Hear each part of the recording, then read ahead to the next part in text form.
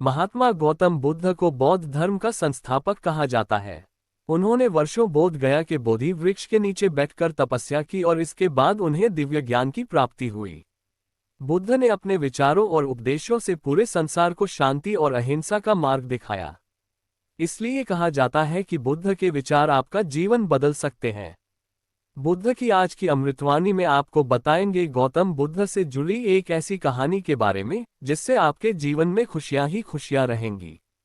क्योंकि बुद्ध का मानना है कि ये पूरी तरह से आप पर ही निर्भर करता है कि आप खुशी या गम क्या लेना पसंद करते हैं। एक बार बुद्ध एक गांव से गुजर रहे थे, लेकिन उस गांव में लोगों के बीच गौतम बुद्ध को लेकर गलत धारणा थी, जिस कारण वो बुद्ध को अपना दुश्मन मानते थे। जब उस गांव में बुद्ध आए तो गांव वाले उन्हें बहुत भला बुरा कहने लगे और बदुआएं देने लगे।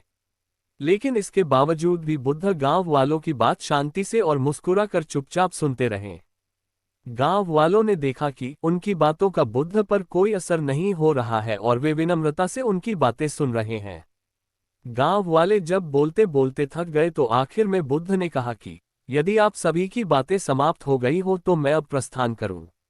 बुद्ध की बात सुनकर गांव वाले हैरान रह गए, लेकिन उस भीड़ में एक व्यक्ति ने बुद्ध से कहा कि हमने तुम्हारी कोई प्रसन्नता नहीं की है, हम तुम्हें बदुआएं दे रहे हैं, क्या तुम्हें इससे कोई फर्क नहीं पड़ता?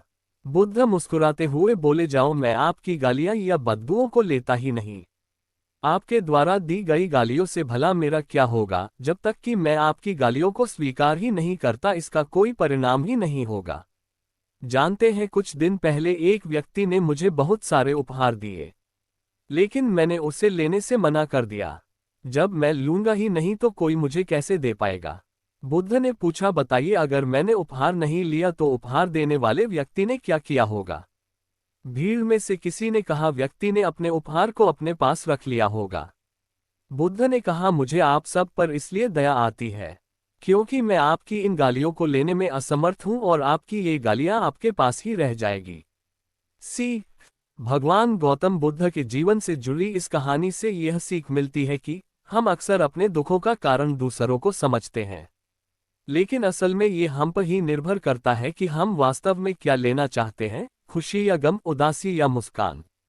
यकीन मानिए, ये छोटी सी कहानी